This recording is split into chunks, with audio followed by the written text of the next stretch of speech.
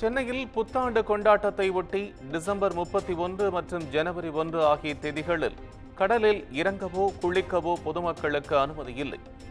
மது அருந்திவிட்டு வாகனம் ஓட்டினால் கடும் நடவடிக்கை எடுக்கப்படும் என்பது உள்ளிட்ட பல்வேறு கட்டுப்பாடுகள் விதிப்பு.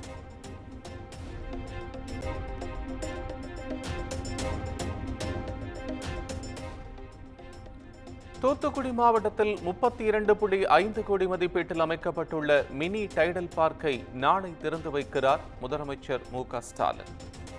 75,000 மாணவிகளுக்கு 1000 ரூபாய் வழங்கும் புதுமை பெண் திட்டத்தின் விரிவாக்கப் பணிகளையும் தொடங்கி வைக்கிறார்.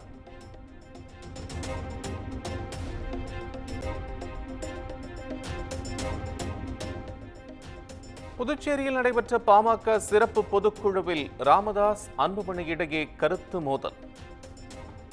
பாமக இளைஞரணி தலைவராக தமது சகோதரி மகன் முகுந்தனை நியமிப்பதற்கு அன்புமணி கடும் எதிர்ப்பு.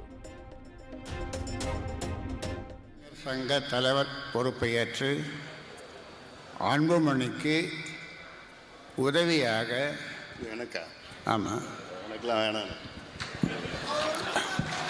அவனுக்கு இப்போ தான் 4 மாதம் வந்தான், கட்சியில் 4 மாதத்துக்கு முன்னாடி வந்திருக்கிறான். அவனுக்கு இளைஞர் சங்கன்னா என்ன அனுபவம் இருக்குது அவனுக்குலாம்?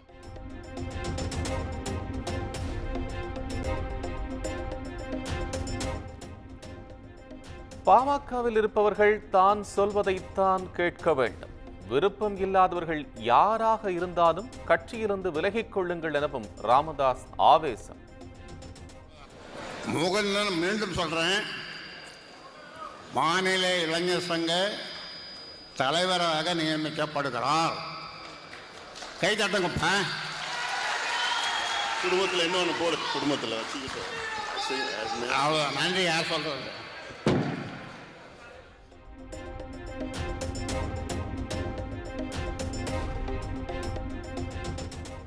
சென்னை பனையூரில் உள்ள பொது அலுவலகத்தில் தன்னை சந்திக்கலாம் என்று பொதுக்குழு மேடையில் பகிரங்கமாக அறிவித்த அன்புமணி, தேவைப்பட்டால் கூடுதல் அலுவலகத்தை திறந்து கொள்ளன ராமதாஸ் காட்டம்.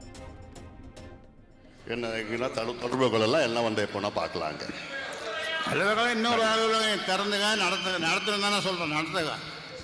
அவர் உனக்கு உதவியாக இருக்க போகிறாரு. மீண்டும் சொல்லுகிறேன்,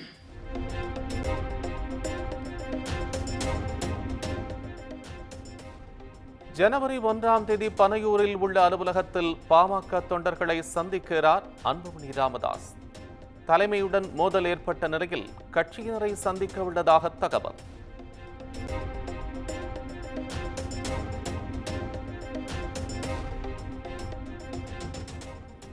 பாமக பொதுக்குழு கூட்டத்தில் ராமதாஸ் அன்புமணி இடையே கருத்து மோதல். அமைச்சர் தாமு அன்பரசன் கடும் விமர்சனம்.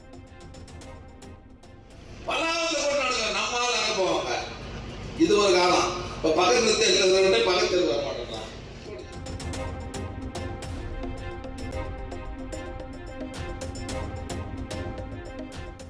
அண்ணா பல்கலைக்கழக மாணவி பாலியல் வன்கொடுமை சம்பவத்தை விசாரிக்க சிறப்பு புலனாய்வு குழு அமைப்பு. அண்ணாநகர் துணை ஆணையர் ஸ்நேகப்பிரியா தலைமையில் 3 பெண் IPS அதிகாரிகள் அடங்கிய குழுவை அமைத்தது சென்னை உயர்நீதிமன்றம்.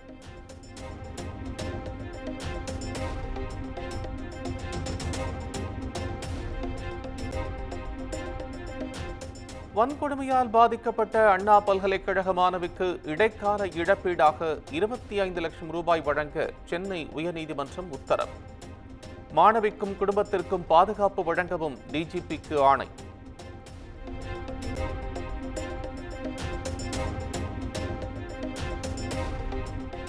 மாணவி பாலியல் வன்கொடுமை சம்பவம் தொடர்பாக அண்ணா பல்கலைக்கழகத்தில் ஆய்வு மேற்கொண்டார் ஆளுநர் RN ரவி. ஆசிரியர்கள் மாணவ மாணவிகளிடம் தனித்தனியாக அழைத்து ஆலோசனை நடத்தி கருத்துக்களை கேட்டறிந்தார்.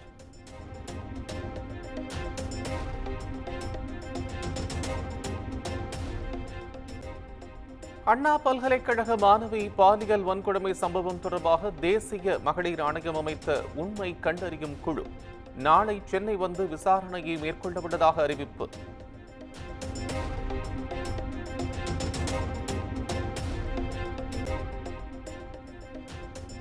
தவேக தலைவர் விஜய் ஜனவரியில் தமிழ்நாடு முழுவதும் சுற்றுப்பயணம் மேற்கொள்ள இருப்பதாக தகவல். சட்டமன்ற தேர்தலுக்கு ஓராண்டு இருப்பதால் மக்களை சந்திக்க திட்டம்.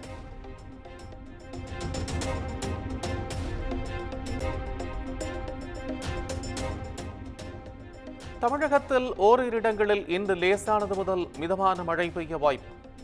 வரும் 3ஆம் தேதி வரை ஒரு சில இடங்கள் மழை பெய்யக்கூடும் எனவும் வானிலை ஆய்வு மையம் தகவல்.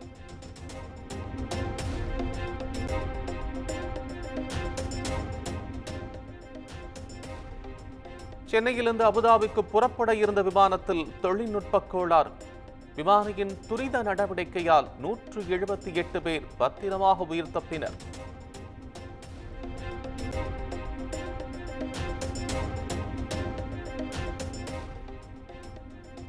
கேரளாவில் இருந்து கன்னியாகுமரிக்கு கோழி கழிவுகளை ஏற்றி வந்த வாகனத்தை படம் பிடித்த இளைஞர் மீது தாக்குதல் நடத்திய ஓட்டுநரை கைது செய்து சிறையில் அடைத்த போலீசார்.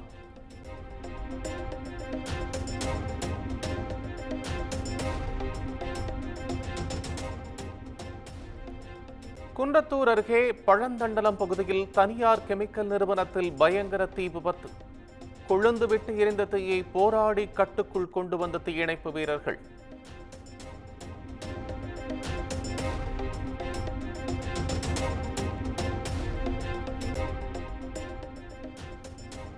கிருஷ்ணகிரி மாவட்டம் ஓசூரில் விளைச்சல் அதிகமானதால் தக்காளி விலை கடும் வீழ்ச்சி.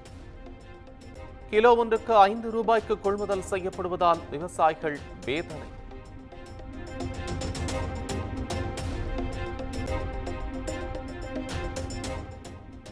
புதுச்சேரியில் பெட்ரோல் டீசல் விலை லிட்டருக்கு 2 ரூபாய் உயர்கிறது. ஜனவரி 1ஆம் தேதி முதல் அமலுக்கு வரும் என அரசிதழில் வெளியீடு.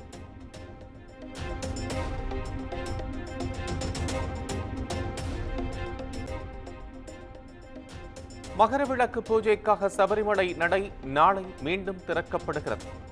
பூஜைக்கான ஏற்பாடுகளில் கோயில் நிர்வாகம் மும்முரம்.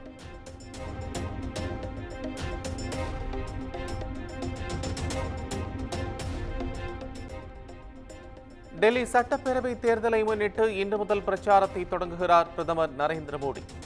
ரோஹிணி பகுதியில் நடைபெறவுள்ள பொதுக்கூட்டத்தில் பங்கேற்கிறார்.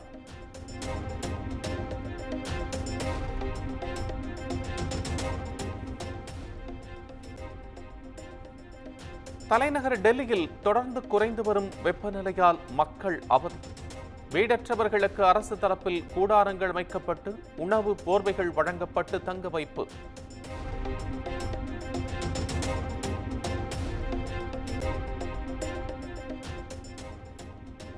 மத்திய பிரதேச மாநிலம் ஜஞ்சலி பகுதியில் ஆழ்துளை கிணற்றில் தவறி விழுந்த 10 வயது சிறுவன். மீட்கும் பணியில் தீவிரமாக ஈடுபட்டு வரும் தீயணைப்பு மற்றும் மீட்புப் படையினர்.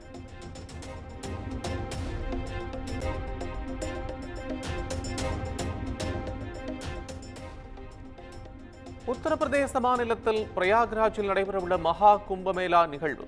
பக்தர்களின் பாதுகாப்பை கருத்தில் கொண்டு படகு ஓட்டுபவர்களுக்கு தேசிய பேரிடர் மீட்புப் படையினர் பயிற்சி.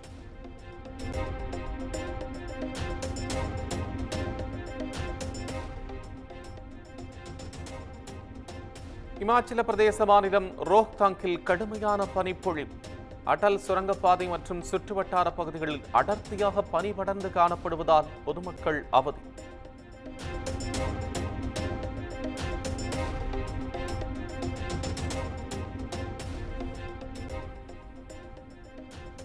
ஜம்மு காஷ்மீரில் பனிப்பொழிவால் காணப்படும் ரம்மியமான சூழல். சாலையில் படர்ந்த பனியால் சுற்றுலா பயணிகள் அவதி.